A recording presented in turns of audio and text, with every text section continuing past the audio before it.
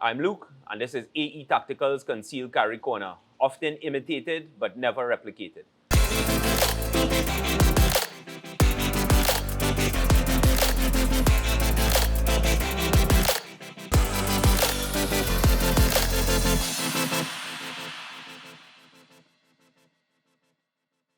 Welcome back. Here at AE Tactical, we promote responsible gun ownership, safe firearms handling, and a whole host of other advantages here at our facilities. Here at AE Tactical, we are also known for a great deal of firearm and non-firearm related training programs. We take users from the start, from Firearms 101 basic, all the way up to advanced firearms training programs that are conducted right here at AE Tactical. For more information, visit our website, www.ae-tactical.com, and check our social media out. There's lots in store for you, especially as we've established new programs with our affiliations with Gracie Tactical, Gracie Jiu-Jitsu, and Defense Lab Trinidad and Tobago. We also have a great affiliation with emergency medical training, first aid, basic first aid, CPR, and AED. We're also bringing a number of basic firearm training programs to our customers through our indoor range and classroom facility in the forms of Firearms Cleaning 101, basic firearms maintenance, basic safe handling, and a whole host of other introductory programs. We've enhanced a number of intermediate and advanced firearm training programs for you, the user.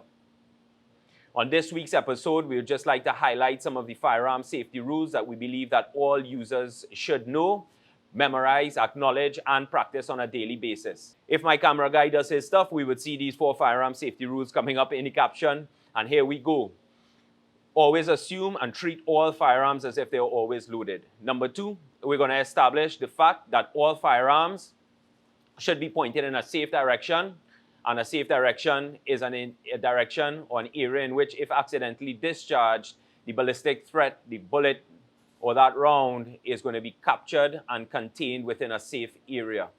To ensure, number 3, that all contact with the firearm ensures that your finger is off of the trigger, outside of the trigger guard, and remains in that condition until you're ready to fire.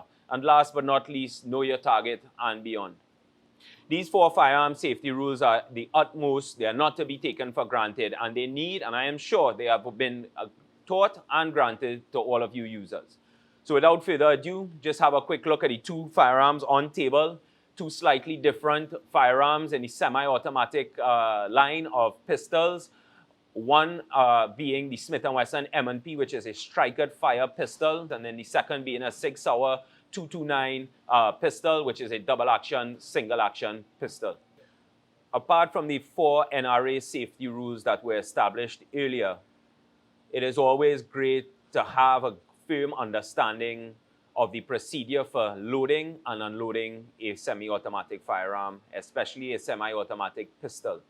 And just to quickly run you through those steps, and in conjunction with recalling the 4 NRA safety rules, it is as such. There are a few varying ways, but here at AE Tactical, this is the mantra we like to go by.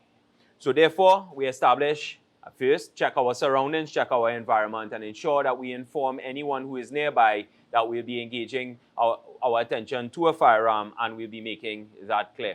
First order of business is to ensure that there's a safe containment area in which to point that muzzle to discharge that firearm. With a firm, full control grip with your dominant hand, point the firearm in a safe direction with the finger off of the trigger and outside of the trigger guard. You will then remove the magazine and check it clear of any ammunition. And while maintaining that muzzle direction, we will lock that slide to the rear, and we would ensure that the firearm is clear and free from all ammunition.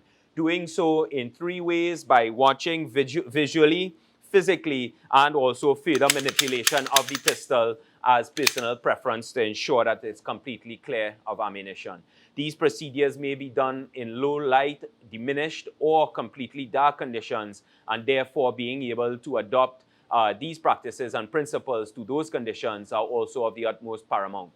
In reloading the firearm, again, adhere to the same principles. The firearm pointed in a safe direction into a containment area with a firm, high shooting grip established and the finger out of the trigger guard and off of the trigger. We would then ensure of our magazine source ammunition, whether it is loaded or unloaded. We would then insert the magazine with the firearm being pointed and held and maintained in a safe direction, and we will then send the slide forward either putting a round into the chamber or otherwise. Loading that firearm and not putting one into the chamber would ensure that you check and see the firearm is physically clear of all ammunition. You would send the slide forward and then simply insert the magazine into the firearm. Just as a training tip and a standard matter of best practice, always ensure that the magazine is snugly fit and secured into the respective firearm. Next up, just quickly cover a double action, single action pistol and the normal safety procedure and also clearing this firearm.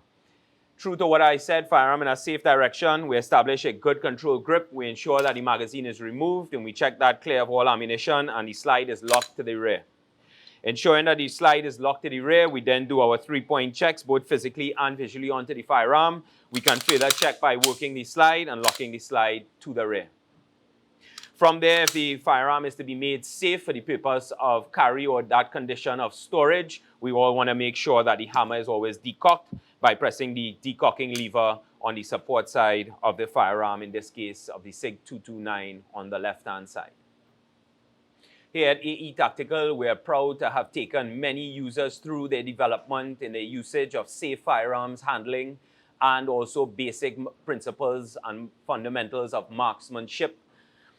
What we also wish to pronounce is that we always ensure firearm safety is continued, training is continued, and the safe practices are always consistent. Do not take firearm safety for granted. While you all at home take liberty to ensure that you are familiar with these firearm and NRA safety rules and that you are thoroughly knowledgeable about these practices. Thank you for viewing and stay tuned for more.